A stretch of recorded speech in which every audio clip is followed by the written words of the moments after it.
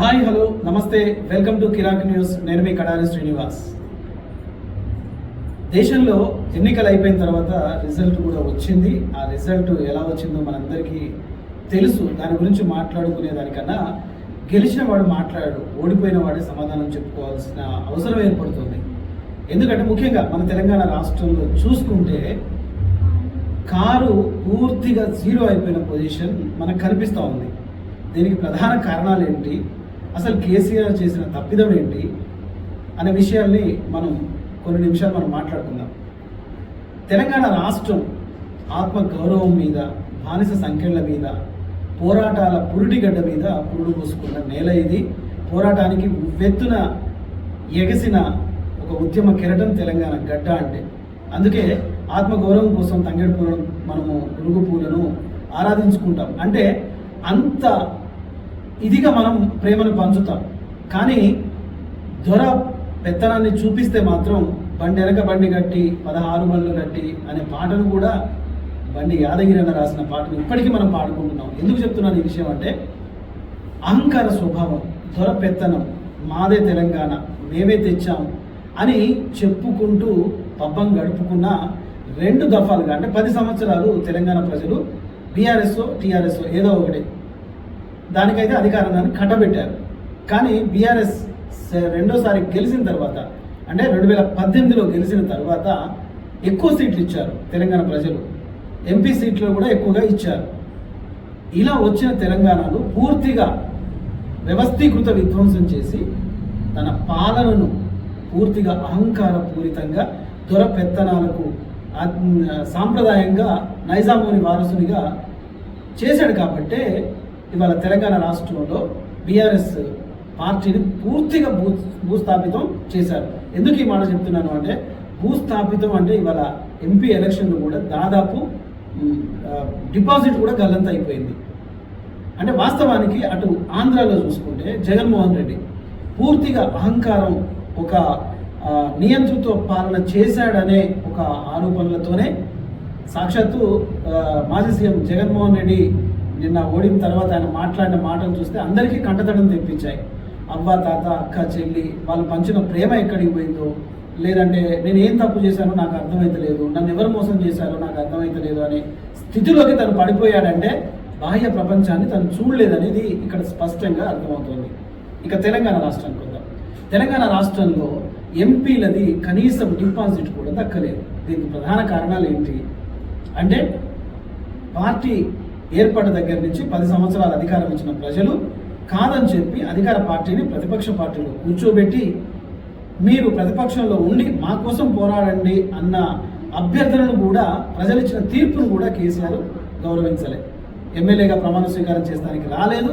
శాసనసభ సమావేశాలు, assembly budget సమావేశాలు జరిగినా కానీ హాజరు కాలేదు. ఎందుకంటే అది ఆయన నైజం అనే విధంగా తెలంగాణ ప్రజలకు పూర్తిగా అర్థమైపోయింది. కాంగ్రెస్ ప్రభుత్వం అధికారంలోకి వచ్చి 6 నెలలు అవుతున్న 6 గ్యారంటీ పథకాలలో 5 చేశామని చెప్పుకుంటున్నా. ఆ పథకాలు కూడా అవుతున్నాయో జనాలందరికీ తెలుసు. కాంగ్రెస్ ప్రభుత్వానికి కూడా మరి కొన్ని రోజుల్లోనే మాత్రం పడే అవకాశం ఉంటుంది, అది వేరే విషయం.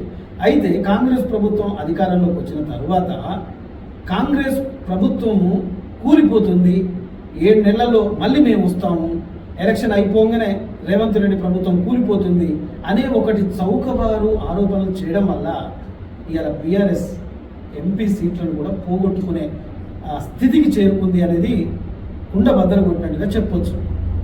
నిజానికి ఇవాళ కేటీఆర్ మాట్లాడుతున్నాడు, మేము తిరిగి లేస్తాం, తిరిగి ఉద్యమాన్ని ప్రారంభిస్తాం, తిరిగి తెలంగాణ ఉద్యమ పోరాటాన్ని మళ్ళీ రగిలిస్తామంటే, ఇవాళ మీరు ఉద్యమ పోరాటాలు ఏమొద్దు, సాక్షాత్తు సీఎంగా ఉన్నప్పుడు కేసీఆర్ గారే చెప్పారు, ఎందుకంటే వాడోడు వీడోడు గుమ్మాయి జకాయ కూడి మళ్ళా కమిటీలు మళ్ళా సంఘాలు ఏర్పడుతున్నారు, ఎవరి పని ఆడు చేసుకోరాదు అని సాక్షాత్తు కొన్ని ఉపాధ్యాయ సంఘాలనే కేసీఆర్ మాట్లాడిన సందర్భం. ఇవాళ ఎవరు కూడా పోరాటం చేయాల్సిన అవసరం లేదు. కావాల్సింది మీ యొక్క గుణగణాలను, మీ యొక్క అహంకారపూరిత స్వభావాన్ని పూర్తిగా మీరు మార్చుకోండి. ఎందుకంటే ప్రజాక్షేత్రంలో ప్రజలకు సేవ చేసేవాడు ప్రజలకు దగ్గరలో ఉండాలి, అందుబాటులో ఉండాలి, సమస్యలు తెలుసుకోవాలి. ప్రజలు చెప్పడం కాదు, సమస్యలను తెలుసుకోవాలి. నాయకుడు అనేవాడు ఎక్కడి నుంచి వస్తాడు? జనంలో నుంచి వచ్చేవాడే నాయకుడు. కానీ నాయకుని కుటుంబాల్లో పుట్టే నాయకుడే కాదు. ఇలా జరుగుతున్న పరిస్థితి కూడా అంతే. అటు ఆంధ్రాలో, ఇటు తెలంగాణలో, అటు మన చుట్టుపక్కల కర్ణాటక ఆ రాష్ట్రాల్లో కూడా మనం చూస్తున్నాం వారసత్వ రాజకీయాలు వస్తున్నాయి. ఇవాళ బీజేపీ అహంకారానికి ఒక తెర పడేటట్టుగా ఇవాళ ఎన్డీఏ కూటమిని ధిక్కరించేట్టుగా ఇవాళ ఇండియా కూటమి భారీ విజయాన్ని సాధించి పెట్టుకుంది. ఆ విధంగా అక్కడ సెంట్రల్ రాజకీయాలు నడుస్తున్నప్పుడు కూడా ఆ జోలికి వెళ్లకుండా కేవలం తెలంగాణ రాష్ట్రంలో, ఒక తెలంగాణ వాడిగా నేను చెప్తున్నది ఏంటంటే, తెలంగాణ రాష్ట్రంలో కారు పార్టీకి ఉన్న పార్టీ డిపాజిట్ కూడా గల్లంతైన ఈ సందర్భంలో రానున్న రోజుల్లో ఖచ్చితంగా బీఆర్ఎస్ పార్టీ ఆ పేరును తుడిచిపెట్టుకుపోయి టీఆర్ఎస్ అనండి, జీవితకాలం మీకు సజీవంగా ఉంటుంది. ఎప్పుడైతే బీఆర్ఎస్ పెట్టావో అప్పటి నుంచి పతనం స్టార్ట్ అయినట్టుగా మనకు కనిపిస్తూ ఉంది. కాబట్టి తెలంగాణ రాష్ట్రంలో టీఆర్ఎస్ పార్టీ మళ్ళీ పుంజుకోవాలి అని అంటే ప్రజల దగ్గరికి నాయకులు వెళ్ళాలి. ఇప్పుడు మంత్రులుగా, ఎమ్మెల్యేలుగా అయిన అభ్యర్థులను ప్రజల్లోకి వెళ్తే కనుక ప్రజలు చీదరించి ఉమ్మివేసే అవకాశం ఉంటుంది. ఎందుకంటే వాళ్ళు చేసిన అరాచకం అంతా ఇంత కాదు, నియంతృత్వం, ధన సంపాదన, భూదోపిడి అంతా ఇంత కాదు. అది మాజీ సీఎం దగ్గరికి పోకపోయినా, లేకపోతే కేటీఆర్ గారి దగ్గరికి చేరకున్నా గ్రామీణ ప్రాంతాల్లో ఉన్న సాధారణ ప్రజలను అడిగితే చెప్తుంది, వాస్తవ పరిస్థితులు తెలుస్తాయి. ఈ నాయకులను మార్చండి, ఈ నేతలను మార్చండి. మళ్ళీ చదువుకున్న యువత ఎంతోమంది నిరుద్యోగంతో బాధపడుతున్నారు. యువత మేలుకో ఈ దేశాన్ని ఏలుకో అని చెప్పిన స్వామి వివేకానందను స్ఫూర్తిగా తీసుకొని యువత చదువుకున్న వారు, డిగ్రీ గ్రాడ్యుయేషన్ చేసిన వారు రాజకీయాల్లోకి రావాలి. కేసీఆర్ కానీ కేటీఆర్ కానీ ఆ దిశగా యువతను ప్రోత్సహించి వారిని రాజకీయాల్లో తీసుకొస్తే రాజకీయ ప్రక్షాళన కరెక్ట్గా జరుగుతుంది. రేపు కాంగ్రెస్ ప్రభుత్వం ఇచ్చిన హామీలు ఇవ్వకపోగా చేస్తున్న పరిస్థితులను కూడా ప్రశ్నించే అవకాశానికి ఒక వీలుబాటు అవుతుంది. ఇప్పటికైనా కారు పార్టీ బుద్ధి తెచ్చుకొని ఉన్న నాయకుల్ని బొందబెట్టి కొత్తగా వచ్చే యువతను, అది గ్రాడ్యుయేషన్ చేసిన యువతను రాజకీయాల్లోకి తీసుకొస్తే తెలంగాణ బాగుపడుతుంది అనేది ఇది నా అభిప్రాయం. ఈ అభిప్రాయం మీద మీరు భిన్నాభిప్రాయాలు తెలియజేయాలనుకుంటే ఖచ్చితంగా కామెంట్ చేయండి. ఈ వీడియో నచ్చితే లైక్, షేర్, సబ్స్క్రైబ్ చేయండి. Thank you very much. చూస్తూనే ఉండండి కిరాక్ న్యూస్. నిజం నిక్కచ్చిగానే చెప్తాను.